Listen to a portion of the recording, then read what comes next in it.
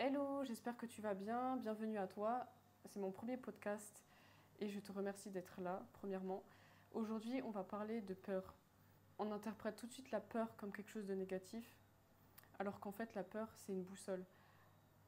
On n'est plus dans l'ancien temps où on doit avoir peur. Dans l'ancien temps, je parle de l'époque où on doit avoir peur d'un lion qui se dresse devant nous et où notre peur est là pour nous protéger et où de base elle était vraiment là que pour nous protéger. Maintenant, la peur c'est devenu quelque chose qui va nous empêcher de faire des choses, qui va nous bloquer de faire des choses qui sont censées être simples mais qui vont pas nous tuer. On pense être en danger, notre amygdale s'allume pour des choses qui finalement ne sont pas réelles et ça sort de notre imagination et elles peuvent même sortir de croyances limitantes, tout ça, tu le sais. On est trop habitué maintenant à avoir peur de choses parce qu'on l'a inventé nous-mêmes.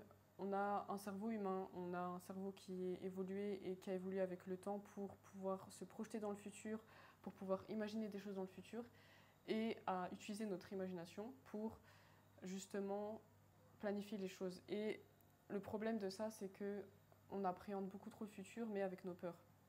En créant des peurs parce que on se sert de nos expériences passées ou alors des gens autour de nous pour juger telle ou telle chose dans le futur va nous amener en danger et donc en avoir peur. Et donc du coup, on se met à avoir peur de choses qui n'ont pas lieu d'être et qui ne sont que dans notre imagination. Demande-toi, la majorité des choses que tu as peur et que tu as faites après, est-ce que finalement ça valait le coup d'avoir peur? Est-ce que finalement c'était plus de peur que de mal? Combien de fois tu t'es dit ça? Est-ce que tu te l'es dit déjà? Mais est-ce que finalement tu avais eu peur de plein de choses, tu les as faites et tu t'es rendu compte qu'il n'y avait pas à avoir peur, voire même tu t'es rendu compte à quel point c'est génial d'avoir fait ça? Ça va faire la transition avec la suite, c'est que quand tu regardes vraiment, la peur, elle va toujours être devant quelque chose que tu veux. Ça, c'est ce que je dis tout le temps. Quand tu as peur d'une chose, vas-y, fais-la, surmonte-la, vas-y droit devant. Parce que la peur, elle va toujours se mettre devant quelque chose que tu veux. La peur va se mettre devant un désir, devant un obstacle. Enfin, ça va être l'obstacle finalement, la peur. Et elle va se mettre devant quelque chose que tu veux. Parce que je sais que c'est une métaphore, mais j'aime bien la prendre, mais c'est une métaphore un peu bizarre. Si tu veux des bananes, tu veux absolument des bananes. C'est un exemple, hein. Remplace avec ce que tu veux. Si tu veux absolument des bananes, tu vas les chercher. Par contre, si tu ne veux pas une banane, donc ce n'est pas ton désir, tu ne vas pas avoir peur de ne pas en trouver au supermarché. Quelque chose que tu veux pas, tu t'en fous de pas les trouver, et donc tu vas pas avoir peur de ne pas les trouver là où tu le cherches, ou d'atteindre, si c'est un objectif, qu'importe. Tu remplaces avec ce que tu veux, ça marche. C'est pour ça que quelque chose dont on a peur se dresse toujours devant quelque chose qu'on veut.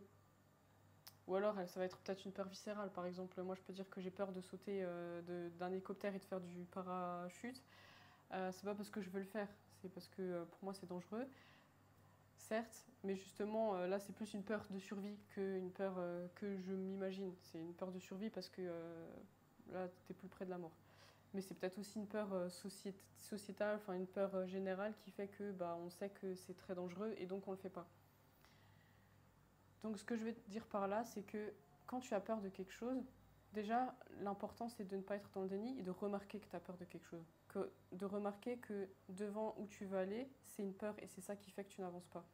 La peur de ne pas réussir, l'illégitimité, l'imposteur, l'imposture, c'est une peur. La peur de ne pas être capable, la peur de ne pas avoir la compétence, la peur qu'on te crame en quelque sorte, même si finalement tu peux avoir les compétences pour faire ce que tu fais.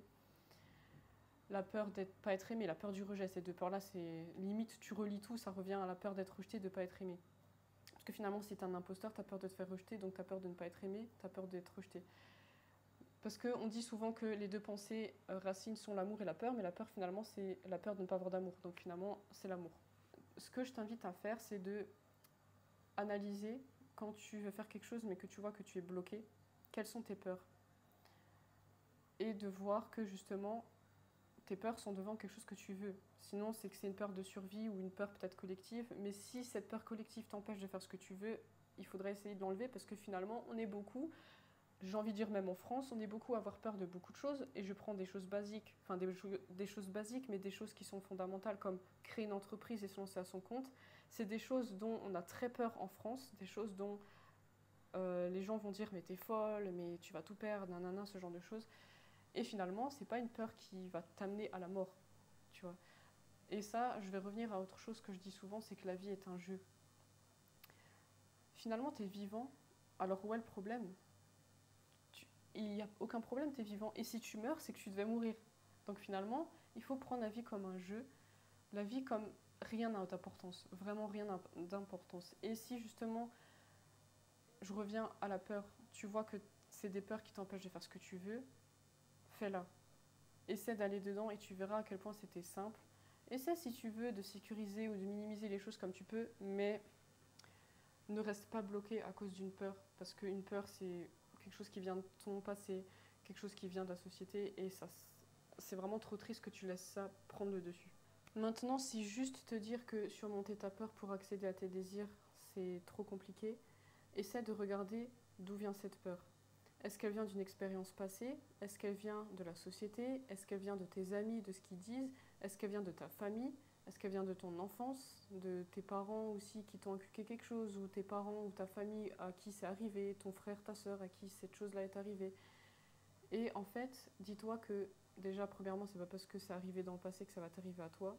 Et la meilleure chose, c'est que, en fait, que ça soit des expériences qui sont arrivées à toi ou aux personnes autour de toi ou dans ta famille, si tu continues à vivre ton futur et surtout ton présent, parce que le futur est le résultat de ton présent, si tu continues à vivre ton présent en pensant à tout ce qui est arrivé dans le passé et en t'identifiant à tout ce qui est arrivé dans le passé, à toutes tes expériences qui sont devenues des émotions et une identité, par exemple, j'ai parlé devant un public, ce public-là s'est moqué de moi, et donc tu vas arriver à des croyances que tu n'es pas capable de parler à l'oral, tu vas arriver à des croyances que tu es timide, à une croyance que personne ne veut t'écouter aussi. Si tu reprends ces expériences passées et que tu continues à t'identifier, tu continues à les garder en mémoire, à les perpétuer dans ton mental et à les ramener dans le présent, bah forcément tu vas agir selon, et du coup tu ne vas pas agir parce que tu vas avoir peur de choses qui sont arrivées dans le passé mais que tu vas ramener toi-même dans le présent en y pensant. Et ben forcément tu ne vas pas faire les choses, ou alors tu vas te mettre dans un état qui va faire que tu vas perpétuer ces choses-là. Je prends le même exemple que la timidité et le fait de parler devant un public. Si dans le passé ça t'est arrivé, chose qui est totalement normale, et je pense que tu peux voir et que tu as entendu souvent ces choses-là, les personnes qui ont le plus de succès maintenant se sont cassées la gueule. Elles ont eu des échecs, entre guillemets, sauf que ces choses-là, ça apprend. Les échecs, ce n'est pas un échec, c'est un apprentissage. Même les personnes qui ont le plus grand art oratoire et qui parlent devant des milliers de personnes, quand ils étaient jeunes, tu peux être quasiment sûr qu'ils ont parlé devant des publics et qui se sont fait moquer. D'ailleurs, souvent aussi, les plus grandes forces des personnes qui réussissent ou non, même des personnes qui sont dans l'ombre, ces plus grandes forces, c'était ces plus grandes faiblesses dans le passé. Et du coup, les gens qui ont eu du succès, par exemple les personnes dans leur oratoire, qui font des conférences, dans le passé, tu es quasiment sûr que ça leur est arrivé une fois. Sauf qu'ils ne se sont pas arrêtés là. Leur ville, justement, ils se sont poussés eux-mêmes à pratiquer, parce qu'un talent, on ne l'a pas comme ça de façon innée, ou alors on l'a de façon innée, mais pour que ça s'englobe dans la vie qu'on veut avoir, on doit pratiquer ces choses-là. Donc quelqu'un qui va avoir un art oratoire, c'est un exemple, tu peux remplacer avec ce que tu veux, forcément, il a pratiqué, et au début, c'était pas du tout comme ça à la base. Donc ce que je veux dire, c'est que si tu prends ce passé et que tu le ramènes dans le présent en te disant « Ok, ça m'est arrivé ça, donc j'ai peur que ça m'arrive de nouveau », dans l'exemple de si tu parles devant un public et que tu te fais humilier, bah si tu t'identifies encore à cette expérience, que tu perpétues l'émotion, le parfum émotionnel de cette expérience et que tu le perpétues dans le présent, et ben forcément tu vas agir selon. Et forcément la biochimie de ton corps, elle va aussi changer. Donc du coup, vu que tu vas penser toujours avec cette expérience-là, tu vas te mettre à stresser, tu vas avoir la boule au ventre, tu vas commencer à avaler ta salive, tu vas commencer à plus savoir quoi dire, tu vas oublier ton texte, tu vas oublier pourquoi tu es là, tu vas oublier qu'est-ce que tu vas apporter aux gens. Et du coup, juste parce que tu as été encore identifié avec ce qui s'est passé dans le passé,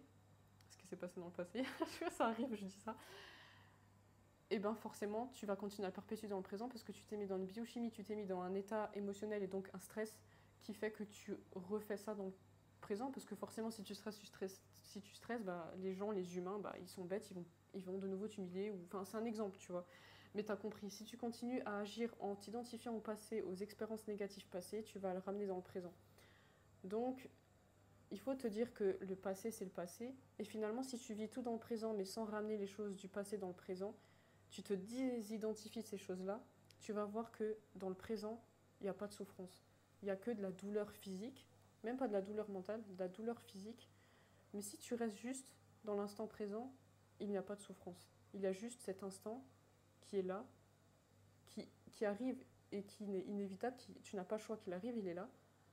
Et donc, tu seras beaucoup plus dans l'acceptation du moment et pas dans le ah, il s'est passé ça avant, nanana. Va juste dans ce que tu veux.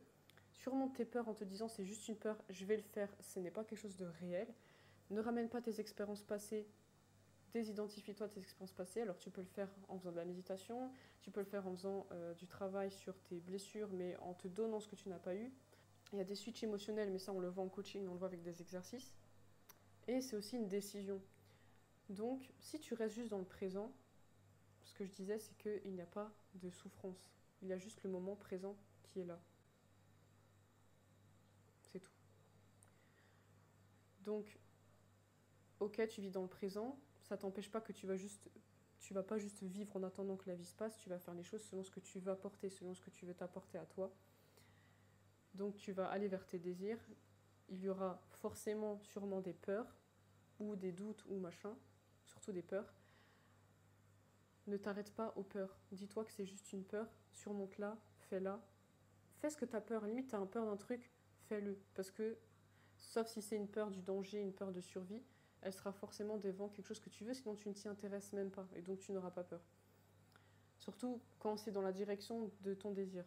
Donc, voilà. C'est le premier niveau des peurs et de ce que je voulais te dire sur les peurs. Si jamais ça t'intéresse de faire des switches énergétiques, si tu restes dans la même énergie, tu vas rester dans le même cercle en fait.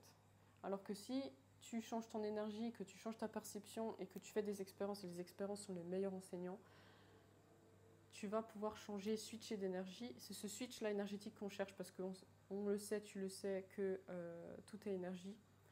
La vie répond à ton énergie et la vie extérieure, c'est le reflet de ta vie intérieure. Donc si tu changes ton énergie intérieurement, si tu changes ta perception de toi-même intérieurement, et ça on y revient sur un autre podcast sur l'amour et les relations, si tu changes ton énergie intérieure, si tu changes ta perception de toi-même et la perception de la vie intérieure et du coup que tu changes ton énergie, forcément l'extérieur va y répondre. Donc ça, on le travaille dans des coachings, on le travaille dans des exercices, on le travaille dans des méditations, ce genre de choses. Donc si jamais ça t'intéresse, tu peux me contacter et tu peux suivre les liens, ou je pense que c'est me contacter ou par les tunnels et demander un appel. Donc, j'ai un accompagnement si tu le souhaites pour aller plus loin, pour t'aider à changer ta vie, parce qu'on va travailler dans le fond, on va travailler sur toi d'abord, parce que changer soi-même, c'est le point central. Tu ne pourras pas changer l'extérieur si tu ne te changes pas toi-même à l'intérieur. Donc dans l'accompagnement, on travaille vraiment, premièrement, l'amour de soi, le travail sur soi, les blessures, tout ça, pour après que ça impacte les relations et que ça impacte le monde extérieur. Donc si tu veux aller plus loin, que tu veux changer ta vision de toi-même, que tu veux être toi-même, que tu veux être confiant dans la vie, que tu veux avoir une vie différente, que tu veux avancer, que tu veux évoluer autant spirituellement, autant dans tous les domaines, parce qu'on va toucher tous les domaines quand on fait ça, je t'invite à suivre l'accompagnement ou alors à écouter un autre podcast si cela te plaît. Voilà, on se trouve de l'autre côté, salut!